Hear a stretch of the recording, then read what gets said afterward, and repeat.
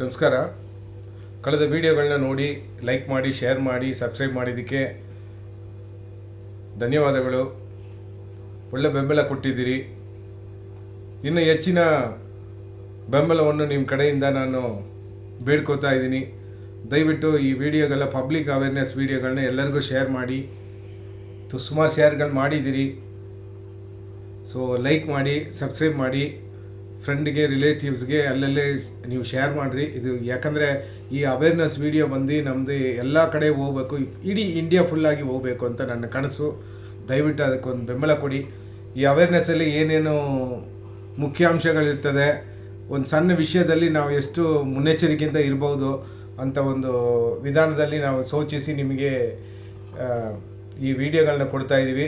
ದಯವಿಟ್ಟು ವಿಡಿಯೋಗಳನ್ನ ಕಂಪ್ಲೀಟ್ ಫುಲ್ಲಾಗಿ ನೋಡಿ, ಅದು ಎಂಡ್ವರೆಗೆ ನೋಡಿ, ಲೈಕ್ ಮಾಡಿ, ಶೇರ್ ಮಾಡಿ, ಸಬ್ಸ್ಕ್ರೈಬ್ ಮಾಡಿ. ಬನ್ನಿ ವಿಡಿಯೋಗೆ ಹೋಗೋಣ. ನಾವು ಎಲ್ಲ ಸಣ್ಣ ಮಕ್ಕಳಿದ್ದಾಗ ನಾವು ಸಾಮಾನ್ಯವಾಗಿ ಒಂದು ಕಮ್ಯುನಿಟಿಯಲ್ಲಿ ಇದ್ದವರು. ನಮ್ಮ ನೇಟಿವ್ ಪ್ಲೇಸಲ್ಲೂ ಸರಿ, ನಮ್ಮ ಕಮ್ಯುನಿಟಿಯಲ್ಲಿ ಸರಿ, ಡಾಕ್ಟರ್ ಅಂದರೆ ಒಂದು ಒಳ್ಳೆ ಗೌರವ ಕೊಡೋ ಒಂದು ಕೆಲಸ ಅದು. ಸೊ ಅದೇ ಥರ ನಾವು ಚೈಲ್ಡ್ಹುಡ್ಡಿಂದ ನೋಡ್ತಾ ಬರ್ತೀವಿ. ಸಣ್ಣ ಮಕ್ಕಳಿಂದಾಗ ಇದನ್ನೆಲ್ಲ ನೋಡ್ತಾ ಬರ್ತೀವಿ. ನಮ್ಮ ಫ್ಯಾಮಿಲಿಗಳಲ್ಲಿ ಹೆಂಗೆ ಮಾತಾಡ್ಕೊಳ್ತಾರೆ ಅಂದರೆ ಡಾಕ್ಟ್ರ್ ಬಗ್ಗೆ. ಡಾಕ್ಟ್ರುಗಳೆಲ್ಲ ಜೀವನ ಕಾಪಾಡೋರು, ಮನುಷ್ಯನ ಜೀವನ ಕಾಪಾಡೋರು, ಅವ್ರು ದೇವರಿಗಿಂತ ನೆಕ್ಸ್ಟ್ ಜಾಗದಲ್ಲಿ ಇರುವರು. ಅವರು ಒಂದು ದೇವ್ರ ಥರನೇ. ಅವ್ರು ನನಗೆ ಒಳ್ಳೆ ಟ್ರೀಟ್ಮೆಂಟ್ ಮಾಡಿದ್ರು. ನನಗೆ ಈ ಡಾಕ್ಟ್ರ್ ಸರ್ಜರಿ ಚೆನ್ನಾಗಿ ಮಾಡಿದ್ರು, ಹಾರ್ಟ್ ಸರ್ಜರಿ ಚೆನ್ನಾಗಿ ಮಾಡಿದ್ರು. ನನಗೆ ಕಾಲಲ್ಲಿದ್ದ ಸರ್ಜರಿಗೆ ಈ ಡಾಕ್ಟ್ರಿಂದಾನೇ ಅದರಿಂದ ನನಗೆ ಹೊರಬರಲಿಕ್ಕೆ ಸಾಧ್ಯ ಆಯಿತು. ಒಳ್ಳೆ ಟ್ರೀಟ್ಮೆಂಟ್ ಕೊಟ್ಟರು. ನಾನು ಎಷ್ಟು ನನ್ನ ಕೆಪಾಸಿಟಿ ಇದೆ ಅದನ್ನು ಬೈ ಮಾಡೋಷ್ಟು ಮೆಡಿಸನ್ನ ಇವರೇ ನನಗೆ ಮೆಡಿಸನ್ನಾಗಿ ಬದಲಾಯಿಸಿಕೊಟ್ರು ಅಂತ ಡಾಕ್ಟ್ರುಗಳ ಬಗ್ಗೆ ಭಾಳ ಹೆಮ್ಮೆಯಾಗಿ ಮಾತಾಡೋರು ನಮ್ಮ ಕಮ್ಯುನಿಟಿಯಲ್ಲಿ. ಡಾಕ್ಟ್ರುಗಳು ಅದಕ್ಕೆ ತಕ್ಕನೆ ಅವ್ರಿಗೆ ಒಂದು ಗೌರವ ಸಪ್ರೇಟಾಗಿತ್ತು. ಇನ್ನು ಹೆಚ್ಚಿನ ಮಾಹಿತಿ ಅವ್ರ ಹತ್ರ ಹೇಳ್ಬೇಕಾದ್ರೆ, ಈಗ ಸಿಟಿಯಲ್ಲಿಗೆ ಪ್ರೆಸೆಂಟ್ ಡಾಕ್ಟ್ರುಗಳ ಏನು ಆಗ್ತಿದ್ದಾರೆ ಅಂದರೆ, ಅವರೆಲ್ಲ ನಮಗೆ ಸೇವೆಗೆ ಮುಂದುವರಿತಿದ್ದಾರೆ. ನಾವು ಯಾವಾಗ ಟೈಮ್ ಫ್ರೀ ಆಗಿರ್ತೀವೋ ಆ ಟೈಮಲ್ಲಿ ಅಪಾಯಿಂಟ್ಮೆಂಟ್ ಕೇಳಿದ್ರೆ ಆ ಟೈಮಲ್ಲಿ ನಮ್ಮನ್ನು ಬಂದು ನೋಡ್ತಾರೆ. ಪ್ರತಿಯೊಂದು ಟ್ರೀಟ್ಮೆಂಟ್ಗೂ ಸ್ಪೆಷಲಿಸ್ಟ್ಗಳಿರ್ತಾರೆ.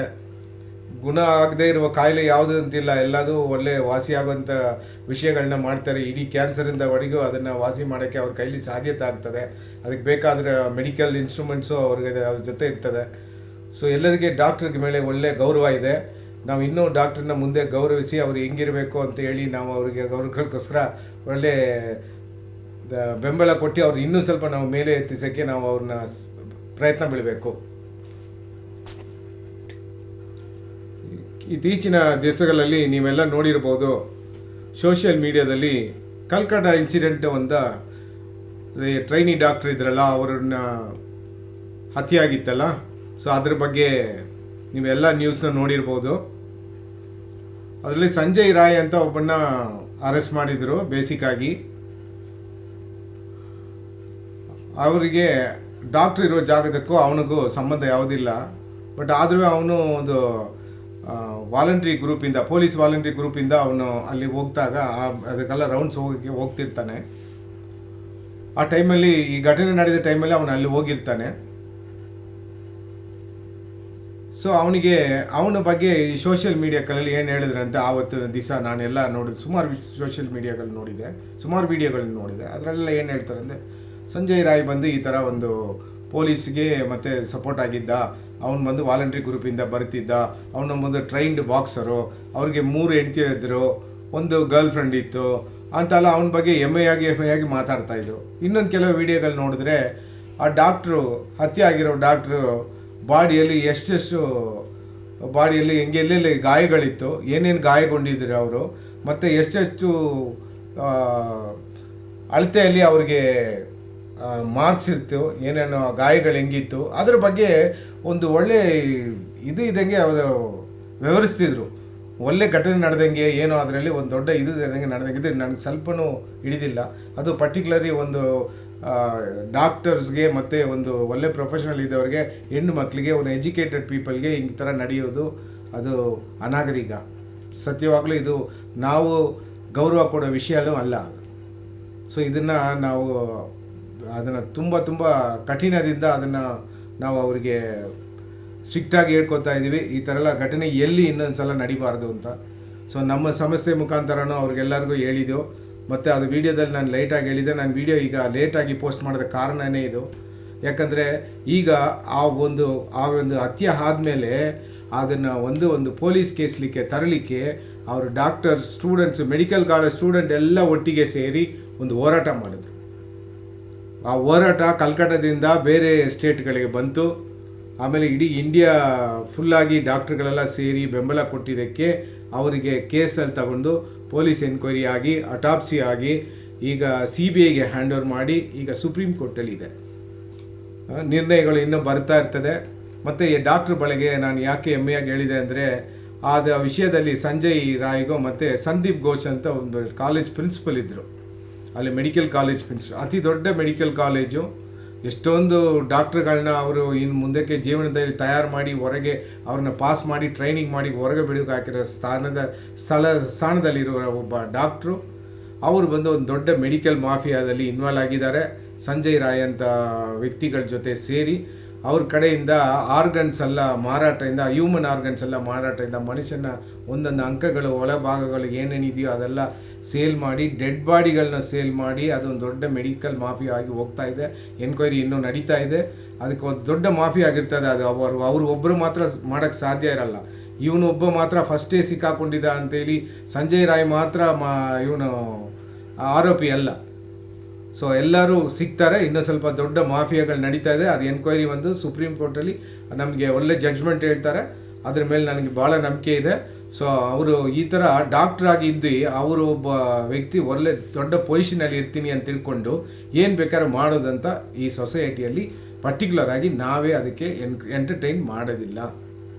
ಈಗ ಉದಾಹರಣೆಗೆ ನನ್ನ ಕೆಲಸದಲ್ಲಿ ನನ್ನ ಸ್ವಂತ ವಿಷಯದಲ್ಲಿ ನಾನು ಕೆಲವು ದೊಡ್ಡ ವ್ಯಕ್ತಿಗಳನ್ನೇ ಕಾನೂನು ಮುಂದೆ ತರ್ತೀನಿ. ನನ್ನ ಕೈಲಾದ ಸಾಧ್ಯ. ನಾನು ಈ ಸೊಸೈಟಿಯಲ್ಲಿ ದೊಡ್ಡವನು, ನಾನು ಇದಕ್ಕೆ ದೊಡ್ಡವನು, ನಾನು ಹಂಗೆ ಭಾಳ ದುಡ್ಡಿದೆ, ನಾನು ಏನೇ ಮಾಡಿದ್ರು ಅವರಿಗೆ ಲಂಚ ಕೊಟ್ಟು ನಾನು ಹೊರಗೆ ಬರ್ಬೋದು, ಏನೇನೋ ಬೇಕಾದ್ರೆ ನಾನು ದುಡ್ಡಕ್ಕೋಸ್ಕರ ನಾನು ಏನು ಬೇಕಾದ್ರೆ ಮಾಡ್ಬೋದು, ದುಡ್ಡು ಇದ್ದೆ ನನ್ನ ಹತ್ರ, ನಾನು ಏನು ವಿಷಯ ಬೇಕಾದ್ರೆ ನಡೆಸ್ಬೋದು ಅಂತೇಳಿ ಸಾಧ್ಯವಿಲ್ಲ. ಕಾನೂನು ಮುಂದೆ ಎಲ್ಲರೂ ಸಮಾನ. ದೊಡ್ಡವರು ಚಿಕ್ಕವರು ಅಂತೇನಿಲ್ಲ. ನಾವು ಮಾಡಿರುವ ಕಾನೂನಲ್ಲಿ, ಇಂಡಿಯನ್ ಕಾನ್ಸ್ಟಿಟ್ಯೂಷನಲ್ಲಿ ಕಾನೂನು ಮುಂದೆ ಎಲ್ಲರೂ ಸಮಾನ. ದೊಡ್ಡವರು ಚಿಕ್ಕವರು, ಅವರು ದುಡ್ಡಿರೋರು, ಇವರು ಬಡತನ, ಆ ಥರ ಏನೂ ಇಲ್ಲ. ನಿಮಗೆ ಅಂಥ ಏನೋ ಡೌಟ್ ಇದ್ದರೆ ದಯವಿಟ್ಟು ನನ್ನ ಕರೆ ಮಾಡಿ, ನನ್ನ ಕಾಂಟ್ಯಾಕ್ಟ್ ಮಾಡಿ.